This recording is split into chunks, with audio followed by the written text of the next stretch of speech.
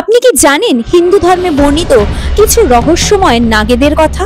প্রথমেই আছেন ধৃতরাষ্ট্র। না, মহাভারতের ধৃতরাষ্ট্র নয়, বরং প্রজাপতি কশ্যপ ও কদ্রুর সন্তান এক শক্তিশালী নাগ। দ্বিতীয় হলেন দেবী মনসা, যাকে আমরা সাপের দেবী হিসেবে পুজো করে থাকি, বিশেষত বাংলায়।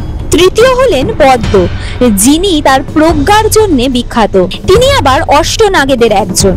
চতুর্থ উলুপি, যিনি মহাভারতে অর্জুনকে বিবাহ করেছিলেন। উলুপি একজন নাগকুমারী, তিনি অর্জুনকে পুনর্জীবিত করার পিছনে গুরুত্বপূর্ণ ভূমিকা পালন করেছিলেন। পঞ্চম হলো কর্কটক। বহু পুরাণে তাকে ভয়ঙ্কর ও শক্তিশালী নাগ বলা হয়েছে। বিশেষত নল দময়ন্তীর কাহিনীতে তার ভূমিকা প্রসিদ্ধ। কিন্তু প্রশ্ন হলো, মহাদেবের বাসুকী নাগ এবং শ্রী বিষ্ণুর শেষ নাগ, এদের মধ্যে কি সম্পর্ক? আমাকে কমেন্টে জানান।